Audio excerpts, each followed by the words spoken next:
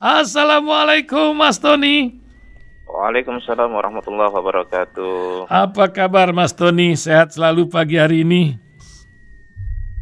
Halo? Alhamdulillah, sehat Alhamdulillah. walafiat. Itu yang penting ini.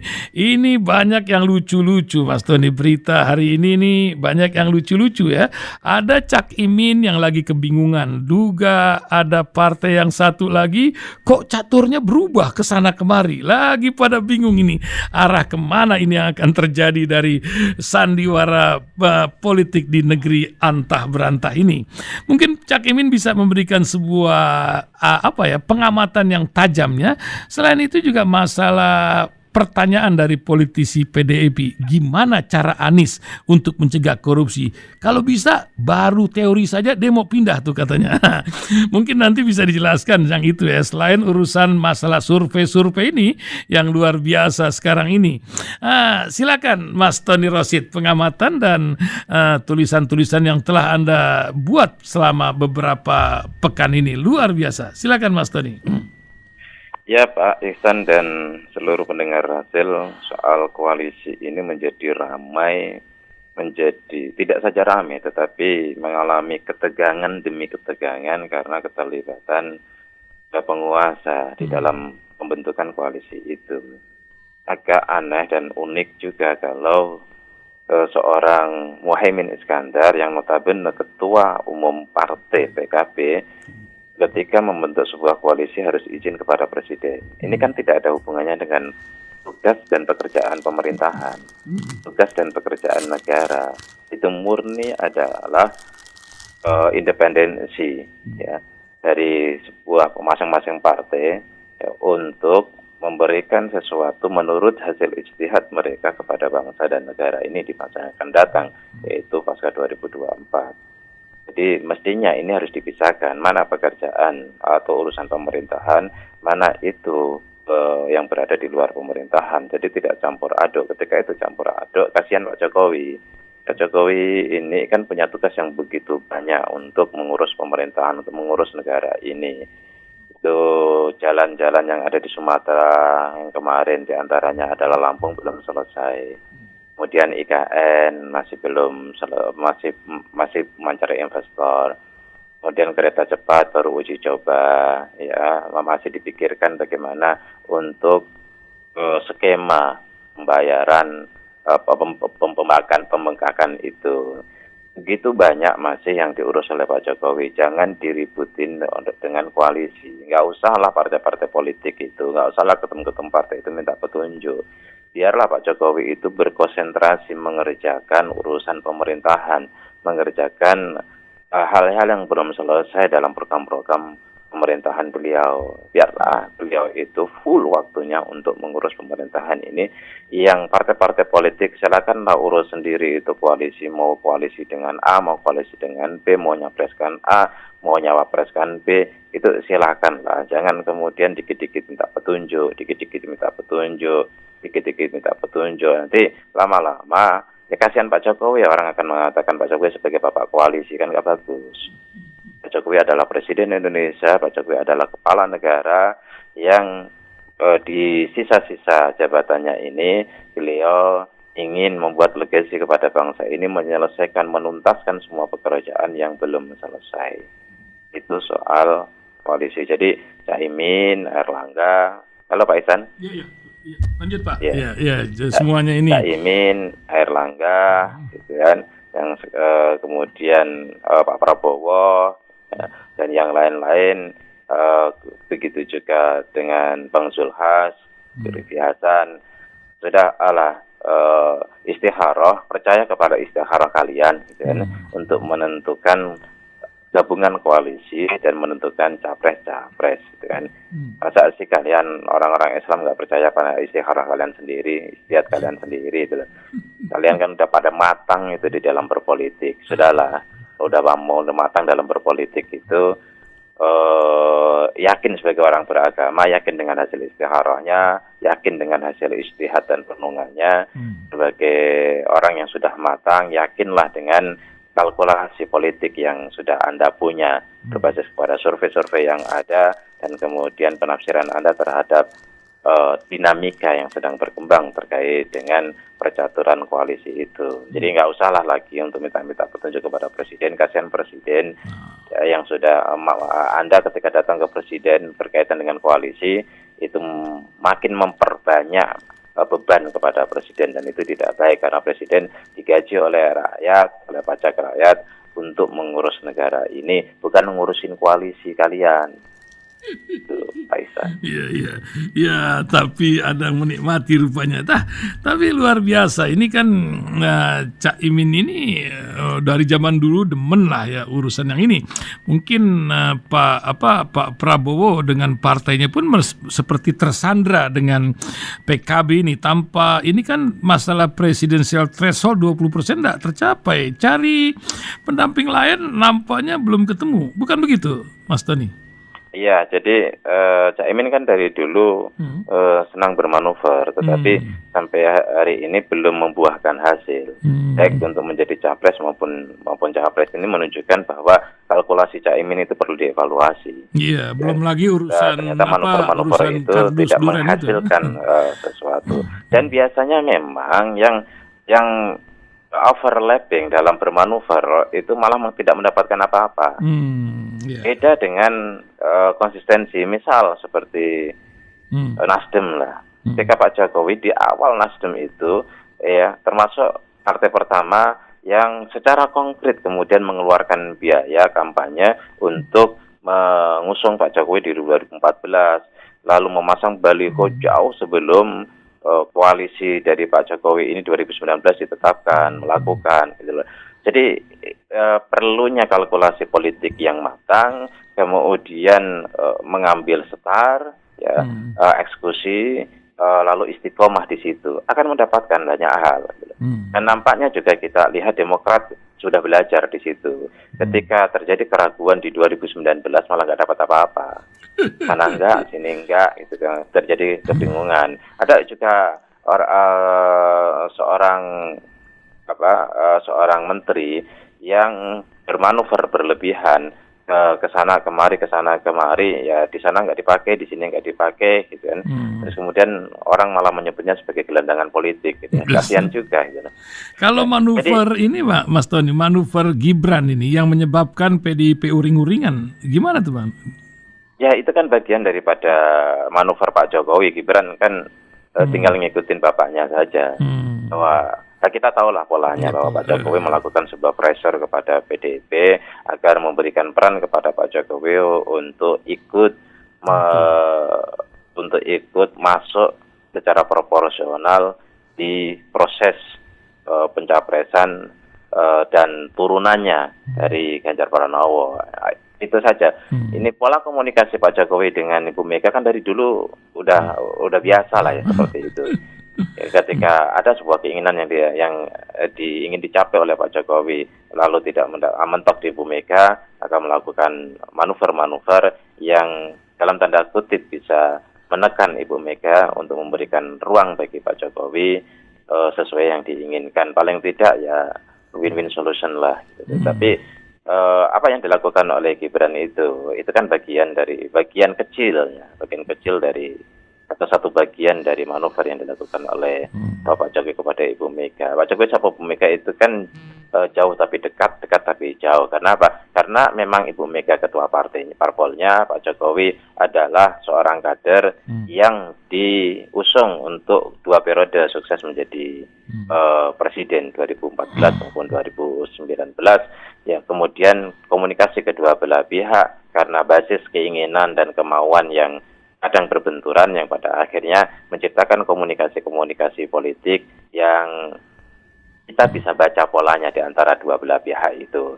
Terkadang juga Ibu Mega yang melakukan pressure, terkadang pula sehingga Pak Jokowi pada akhirnya memberikan ruang, terkadang pula Pak Jokowi melakukan pressure dalam banyak hal. Dari 2014 itu kan kita tahu Marwar itu yang sudah disiapin untuk menjadi Menteri Olahraga dan siap dilantik dengan pakaian yang sudah lengkap, pada akhirnya enggak jadi. Begitu juga misalnya 2019 Pak Mahfud MD sudah siap dengan jas yang dikirim ke istana, siap untuk mendampingi Pak Jokowi menjadi cawapresnya, didaftarkan pada tahun 2019 itu nggak jadi pula. Ini kan sebenarnya dialog atau komunikasi politik tepatnya antara Pak Jokowi dengan Ibu Mega diwarnai dengan saling tekan yang bisa kita baca polanya ya. Kalau sudah pola kan berarti sebenarnya sudah sering itu terjadi, kemudian polanya ya seperti itu. Nah, kemudian saya pikir sudah dihitung. Ya Gibran itu kan nanti sudah ngomong ke media, nanti Pak Prabowo ke sini saya akan temani untuk ngopi, dan itu kan manas-manasin itu sebenarnya dalam bahasa politiknya ya. Kemudian relawan datang ya kan sederhana. Kalau memang taat kepada Ibu Mega sepenuh hati, tidak melakukan manuver, itu kan Gibran tinggal bilang kalian nggak usah datang, biar Pak Prabowo urusanku itu. Sebagai seorang menteri datang ke Solo, saya wali kota, saya punya tanggung jawab moral dan administratif untuk menemani Pak Prabowo berbicara tentang program-program sinergi antara Kementerian Pertahanan dan juga Kota Solo, ya, pemerintahan Solo. Tapi seringkali menteri datang itu kan tidak membicarakan tentang program kenegaraan, mensinergikan antara program kementerian dengan apa itu kan. Sekarang apa yang dibicarakan oleh Pak Prabowo kemarin dengan Gibran, apakah itu terkait dengan program-program dua pemerintahan ini, yaitu Kementerian Pertahanan dengan Solo? Kan enggak gitu, enggak muncul itu, paling tidak publik tidak mengetahui informasi terkait dengan itu, kecuali bicara tentang yang lain-lain ya, tidak ada urusannya dengan pemerintahan. Selayaknya memang seseorang pejabat ketika datang kepada pejabat yang lain dan itu menggunakan fasilitas negara, maka kepentingannya adalah kepentingan untuk negara. Kalau seorang menteri datang ke daerah, apakah gubernur atau wali kota atau bupati, mesti bicara tentang sinergi program antara pemerintahan daerah dengan pihak kementerian. Begitu Pak Ihsan. Ya, luar biasa. Lagi nih Mas Tony, yang tidak kurang hotnya setelah Pak Anies memberikan statement-statement dalam pertemuan-pertemuan relawan kemarin, di tengah heng-hong urusan BTS yang berapa ratus triliun, berapa ratus triliun apa berapa lah, gede-gede banget sekarang. 8,2 triliun. 8,2 triliun. Itu duit semua itu. Duit semua. Sekarang tuh kita bingung berapa banyak itu uangnya. Hutang terus mengucur tapi bocor terus. Macam ini kendi nggak kelar-kelar penuh.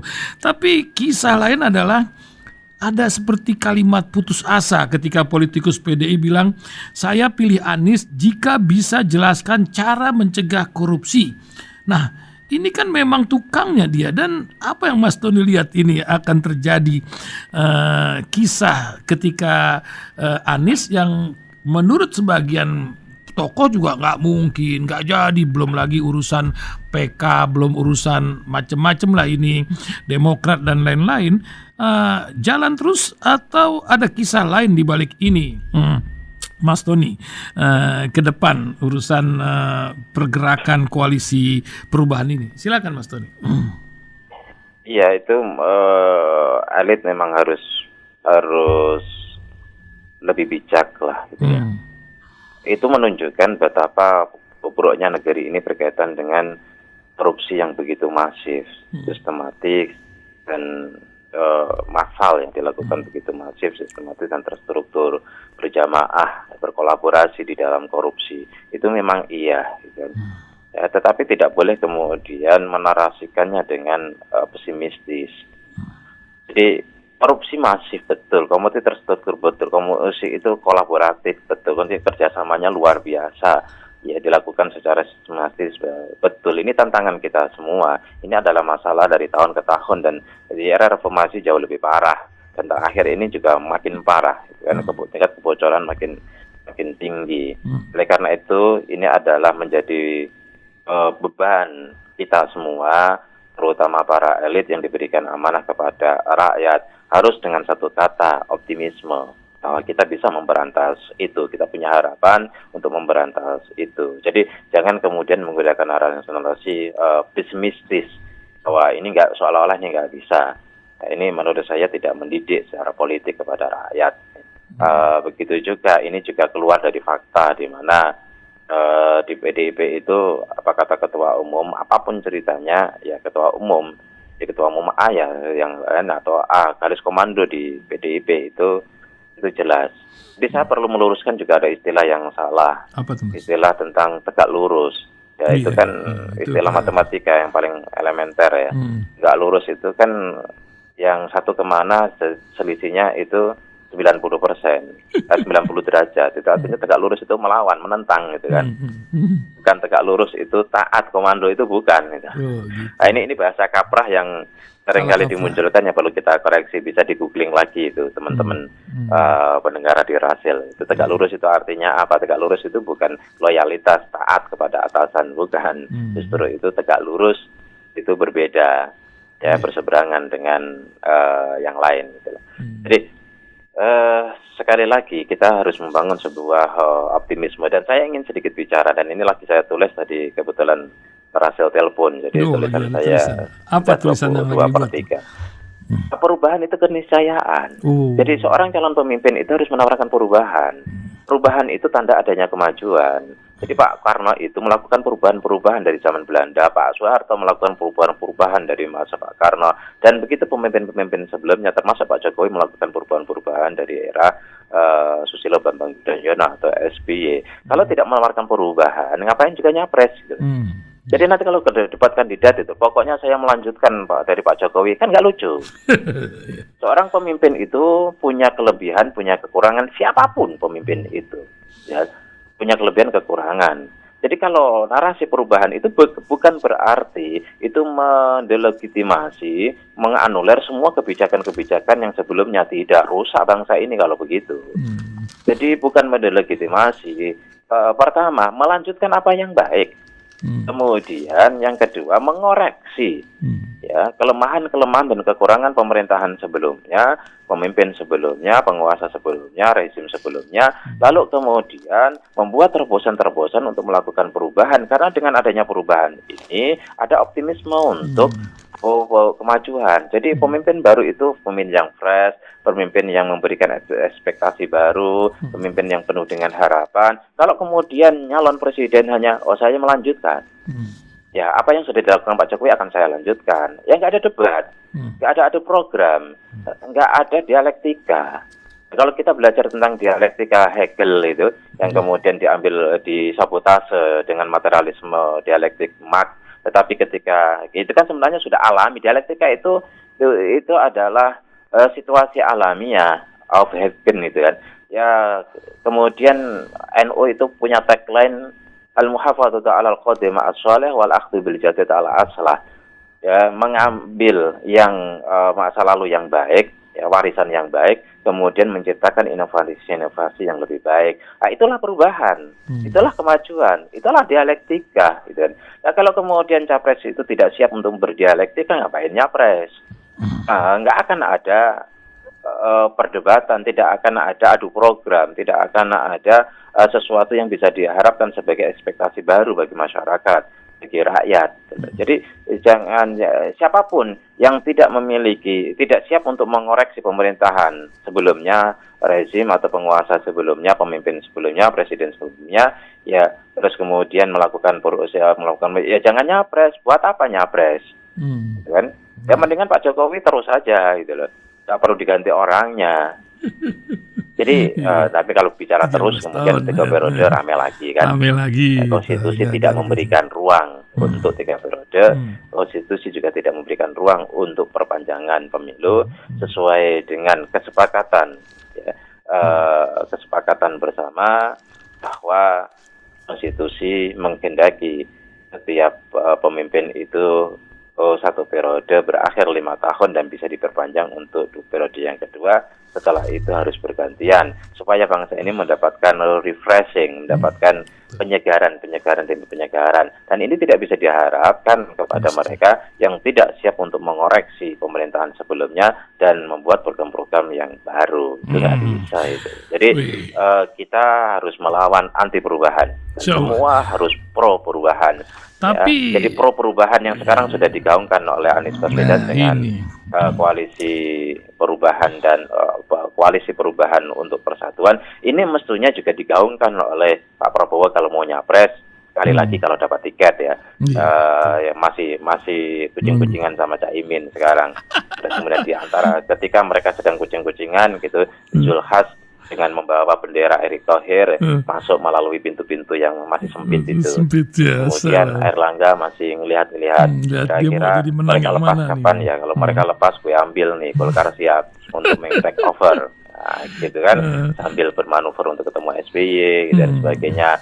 Bahkan ada seorang menteri yang terus nempel ke kata Sudirman Said dalam video yang beredar, ya luas ya, nempel terus ke partai, ngocok-ngocok, iya Anies nggak dapat tiket itu, gue aja yang nyalon, gue siap, gitu kan. Ya, semua orang lah siapa menteri itu, gitu kan. Siapa menteri itu, menteri partai didekati kan PKS. Gitu. Ya, Mas Tony, ini cerita perubahan ada nggak berubah-berubah, Mas Tony? Hasil survei dari dulu Pak Anies itu ketiga, kan Pak Ganjar dari awal ke 1 berubah, Pak Prabowo. Saya melihat kisah dulu gubernur, juga perkembangan di Turki yang sedang bertarung dengan survei kemarin ya. Entah gimana jadinya nanti itu tanggal 28 sebentar lagi ya. Apa yang Mas Tony lihat dari lembaga-lembaga survei ini? Karena dulu saya pernah bilang, Mas Tony, apa nggak bikin perusahaan survei aja, kita kongsi nih. Lumayan nih, saya bilang, banyak caleg-caleg kan. Belum lagi yang DPRD, DPR itu kan perlu tuh. Entah kita survei dari mana, pokoknya adalah alkisah gitulah. Jin kayak apa didoakan saja Pak Isa dan seluruh pendengar Rasil. Mohon saya didoakan, saya punya rezeki yang cukup, yang kemudian bisa menjadi rezeki dana abadi untuk melakukan survei independen tanpa jualan, tanpa endorse dari partai maupun person atau capres, sehingga survei ini memberikan perimbangan perimbangan kepada survei-survei yang ada. Inilah survei independen, survei bayar, survei yang tidak dibiayai oleh siapapun, survei yang terbebas dari segmentasi calon manapun, dan itu menjadi sebuah referensi bagi bangsa ini untuk bisa mencerdaskan dirinya, tidak seperti ini. Berkaitan dengan survei dulu kan sudah saya seringkali membuat kriteria, ada survei yang memang di-endorse untuk menjadi konsultan politik, dan sebagainya lah, tidak perlu saya ulang kembali. Tapi mereka pasti punya survei aslinya gitu, Mas Tony ya? Kalau survei asli itu nggak dipublish. Oh, begitu. Karena kenapa? Survei itu kan untuk mengidentifikasi pemilih dan kaitannya dengan calon, kemudian itu menjadi bahan, menjadi referensi, menjadi dasar untuk membuat strategi, bukan diumbar. Gitu. Soal survei ini, ya kita lihat trennya kemarin ketika Pak Jokowi mengendorse Ganjar, gitu kan, surveinya ke Ganjar semua yang tinggi, banyak survei yang tinggi Ganjar. Sekarang lagi nih naik Prabowo naik begitu. Untuk mengendorse Pak Prabowo, meskipun jangan bangga dulu timnya Pak Prabowo, ini bagian daripada manuver dan strategi Pak Jokowi dalam komunikasi politiknya dengan Ibu Mega. Bisa sungguhan, bisa tidak sungguhan. Ketika di-endorse Pak Prabowo, semua survei itu meninggikan Pak Prabowo, gitu kan. ini bergantung kepada siapa yang mengendorse nampaknya, gitu kan. Jadi survei-survei inilah yang kemudian, jadi makanya lawan Anies yang pernah ditulis oleh Hatta Taliwang, mantan anggota DPR itu, dia nulis kemudian dia japdikan ke saya, belum tulisan itu dipublish. Saya ketawa ke TV aja bahwa salah satu musuh Anies itu, lawan Anies itu adalah lembaga survei. Benar juga, di DKI kita tahu bahwa dalam survei itu, saya tidak mengatakan itu salah atau benar ya. Saya tidak mengatakan itu. Saya hanya mencermati bagaimana lembaga-lembaga survei itu seringkali menjadi bagian daripada konsultan politik untuk menciptakan atau menggiring opini publik ke namanya juga konsultan politik ya, menggiring opini publik ke calon-calon tertentu yang mengendorse mereka, yang membiayai mereka, ya di mana menjadikan mereka sebagai konsultan politik. Salah satu tugas lembaga survei yang sebagai konsultan politik adalah menggiring opini agar semakin mendekat atau mempopulerkan terhadap calon-calon tertentu yang mengendorse dia. Tetapi harus kita pahami secara objektif bahwa survei itu bergerak, survei itu tidak berhenti. Jadi kalau Pak Pak Ihsan tadi mengatakan survei kok tidak berubah, ya itu berarti survei yang kontra alami.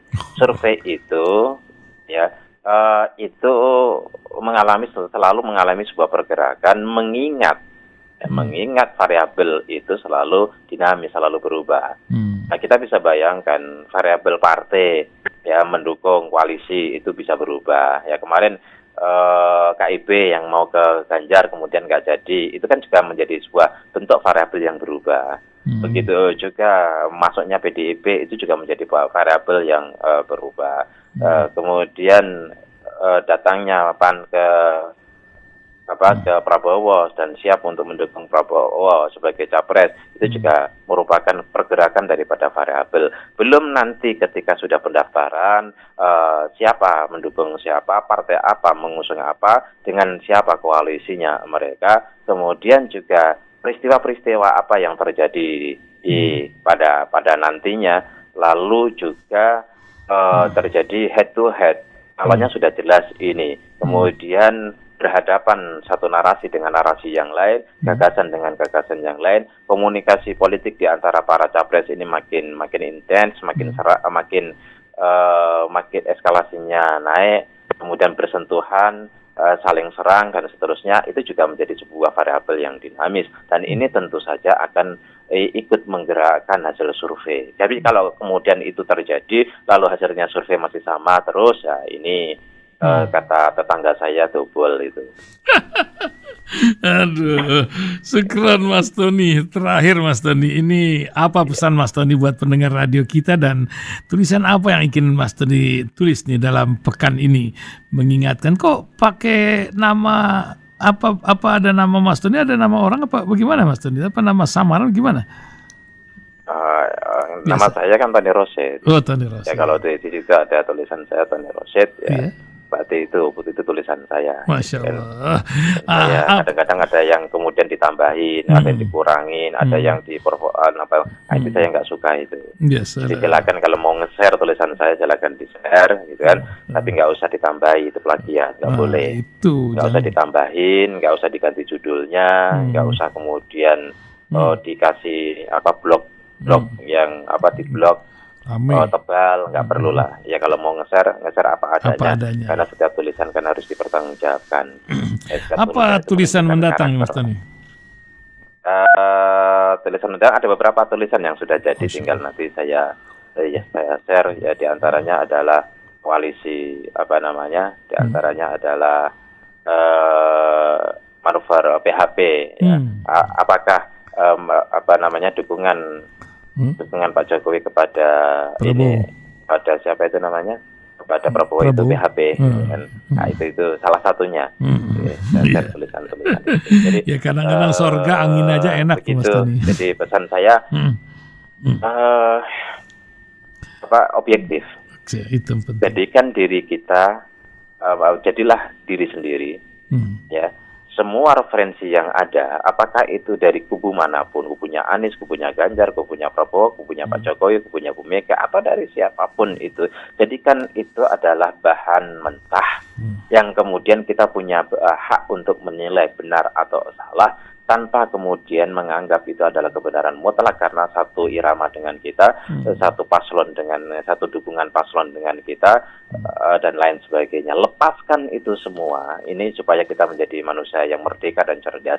Lepaskan semua, perlakukan semua informasi itu sama satu dengan yang lain, kemudian kita saring sesuai dengan kemampuan kita saring. Kalau memang itu berasal dari orang lain dan itu benar, harus kita katakan benar. Kalau itu berasal dari satu kubu dengan kita dan kemudian itu salah, maka kita harus katakan itu salah. Kalau itu memang fitnah dan hoax, katakan itu hoax.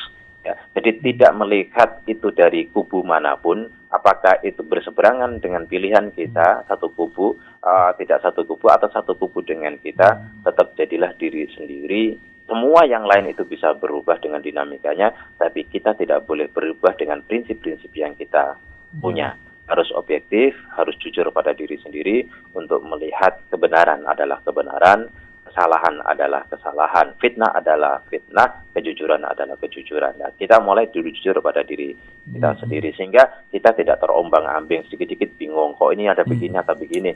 Nah, mestinya kita sudah punya standar bagaimana memverifikasi sebuah informasi, sebuah berita yang datang kepada kita, baik itu melalui video, melalui tulisan, atau melalui informasi-informasi dari kawan kita sudah punya standar baku untuk memverifikasi sehingga kita bisa, oh ini salah, oh ini benar, ini benar. Nah, termasuk juga terutama teman-teman yang ada di dimanapun yang berada, gitu kan, ya jangan anti kepada siapapun, orang siapapun, jangan anti kepada partai manapun, tetapi kita mesti objektif, apalagi ikut-ikutan mengatakan ini kadrun, ini politik identitas, ini garis keras dan sebagainya.